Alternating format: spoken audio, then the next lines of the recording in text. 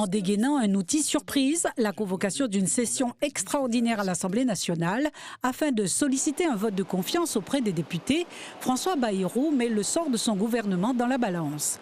Nombreux sont ceux qui voteront la censure, parmi eux la députée Karine Lebon qui estime que cette décision est peut-être pour court-circuiter la mobilisation du 10 septembre.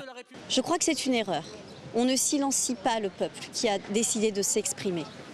Aujourd'hui, ce que propose le gouvernement Bayrou, c'est de l'instabilité, c'est de la paupérisation de la population. Et pour ça, il faut être cohérent et ne pas accorder notre confiance à un tel projet. Jamais le Rassemblement national ne votera la confiance du gouvernement, dont les choix font souffrir les Français, dit Jordan Bardella. Message relayé par son représentant local qui souhaite la dissolution de l'Assemblée nationale.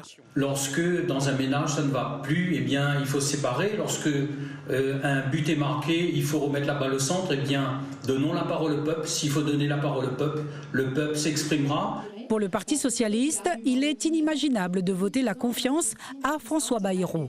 Car si le Premier ministre ne tombe pas, les conséquences seront plus graves pour les Outre-mer. Je vais prendre un seul exemple. Aujourd'hui, ce qui est prévu dans les mesures de Bayrou, c'est 5 milliards d'euros de moins pour les collectivités. Donc les collectivités à La Réunion seront impactées. Chacun connaît ici le rôle fondamental des collectivités, d'abord d'un point de vue social, à travers les équipements, mais surtout dans la commande publique. Donc les conséquences, pour moi, seraient plus graves et ce qu'il faut, c'est que Bayrou tombe. Protéger le quotidien des ménages, en particulier dans les Outre-mer, doit être la priorité, selon également la Voix citoyenne.